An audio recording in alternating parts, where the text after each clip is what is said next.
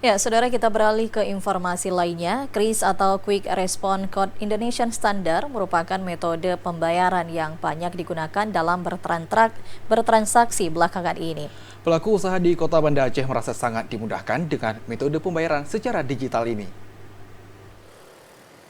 Quick Response Indonesia Standard atau KRIS adalah metode pembayaran secara digital yang dikembangkan oleh industri sistem pembayaran bersama dengan Bank Indonesia.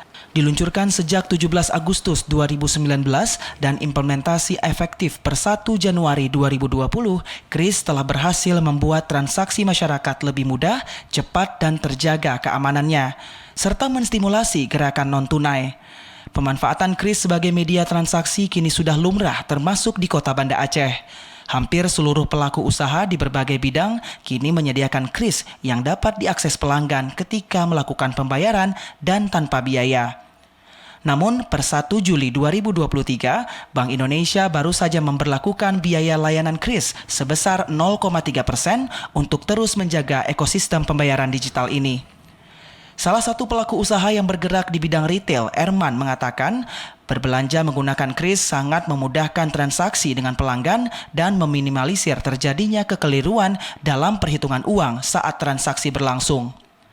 Terkait diberlakukannya biaya layanan sebesar 0,3%, pihaknya merasa tidak keberatan mengingat persentase biaya layanan yang tergolong kecil. Kalau memang ada biaya untuk setiap transaksi KRIS, sebesar kami dengar sebesar 0,3%, itu saya kira tidak terlalu besar juga, tidak seberapa. Kami pun tidak keberatan juga atas itu. Sebab berbelanja dengan KRIS sangat memudahkan sekali, tidak akan terjadi kekeliruan dalam menghitung uang segala macam.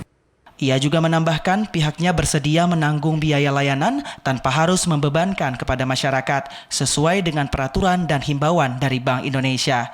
Tim Liputan TVRI melaporkan.